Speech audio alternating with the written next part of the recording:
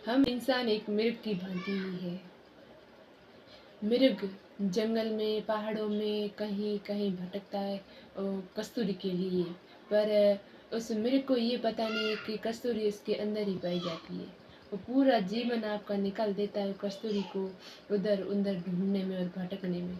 मृग कभी नहीं समझ पाता कि मेरे अंदर ही कस्तूरी है।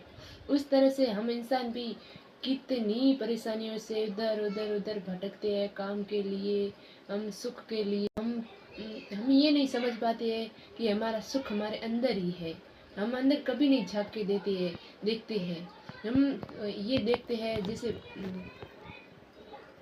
हमसे बाहर क्या हो रहा है, हम वो सब चीज़ें देखते हैं। अगर हम हमारे अंदर देखते हैं हमारा अंदर वाला सुख क्या है।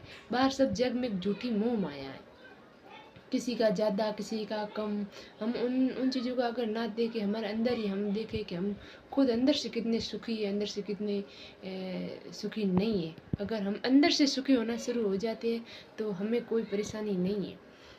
तो एक मानो तो इंसान भी एक हिरन की तरह ही है। वो कहीं ना कहीं कस्तूरी के लिए भटकता पूरी जीवन व्यापन कर लेता है, लेकिन वो कस्तूरी उसे कहीं नहीं मिलती है।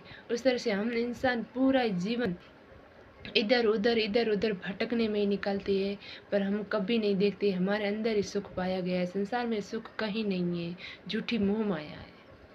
इस चक्कर में पड़ के इंसान अपना जीवन पूरा ही परेशानियों से गुजार लेता है। कभी ये नहीं देख पाता कि मुझे बाहर सुख नहीं है, मेरे अंदर मेरे भीतर ही मैं झांक के देख लूँ एक पल के लिए, एक क्षण के लिए। अगर विश्वास नहीं है तो मेरी इस बातों को नोटिस करके अपने अंदर हृदय में, अपने मन में, अपने अंदर, अपने चित्त में झांक के देखो। तो हमारी इच्छाएं बहुत है, लेकिन इच्छाएं एक माया की तरह है जो हमें ज़्यादातर लालच देती है।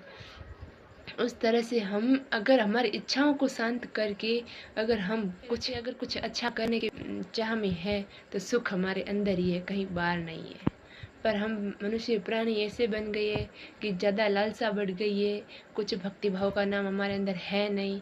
वो सब चीज़ें छोड़ के बस वस्तु, यातायात, साधन, पैसे, बस इन चक्कर की माया में हम फंस गए हैं, बस उलझे हुए ही घूमते हैं।